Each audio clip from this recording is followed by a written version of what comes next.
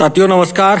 लोकतंत्र में सरकारी नौकरी करना भी उतना आसान नहीं है जितना दूसरे लोगों को दूर से देखने में लगता है। एक सरकारी कार्मिक के सामने बड़ी विकट स्थितियां पैदा होती हैं कि उसे लोकतंत्र के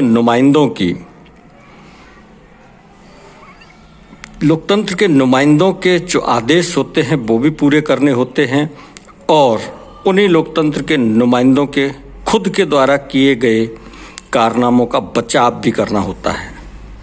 ऐसे समय में जब पेंडेमिक का दौर है, सरकारी कर्मचारियों पर चारों ओर से उंगलियां उठ रही हैं।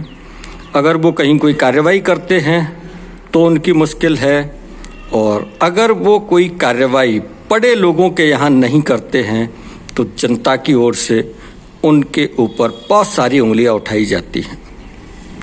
अगर किसी बड़े आदमी के यहाँ कार्रवाई हो जाती है तो वो माइलस्टोन साबित होती है, लेकिन लोकतंत्र में ऐसा कर पाना किसी भी सरकारी नुमाइंदे के लिए उतना आसान नहीं होता है। ऐसे में बड़ा सवाल पैदा होता है कि कर्मचारी आखिर करे तो क्या करे।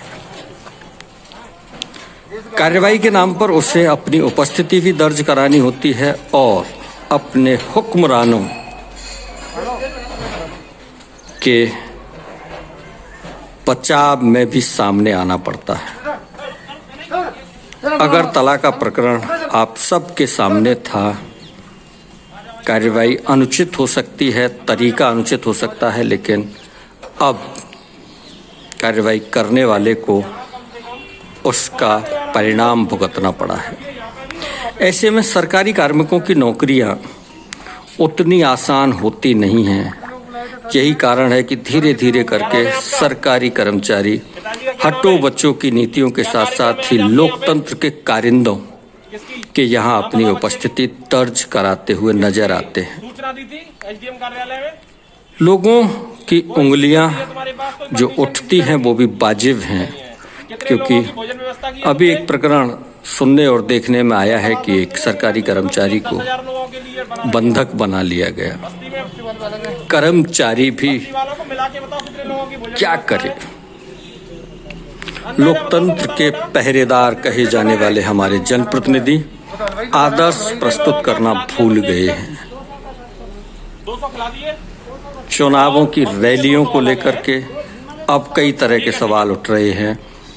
लोगों के शादी विवाह के वैवाहिक आयोजनों पर कार्रवाइयां की जा रही हैं तो लोग ये सवाल उठाने से नहीं चूक रहे हैं कि इतने बड़े बड़े रोड शो और ऐसे बड़े बड़े आयोजन क्या इन सरकारी कर्मचारियों की आंखों से दूर थे, या ये शादी विवाह के आयोजन भी जो बड़े बड़े लोगों के यहाँ हो रहे हैं उन पर कोई कार्रवाई क्यों नहीं होती है। सवाल पेचीदा है, आप सब विचार करें।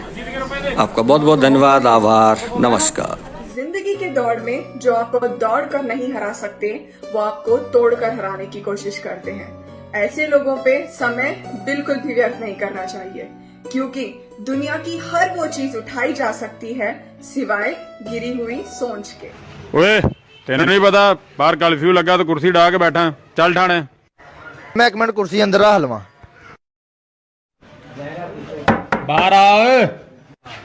मैं नहीं बाहर आना, बाहर कर्फ्यू लगा।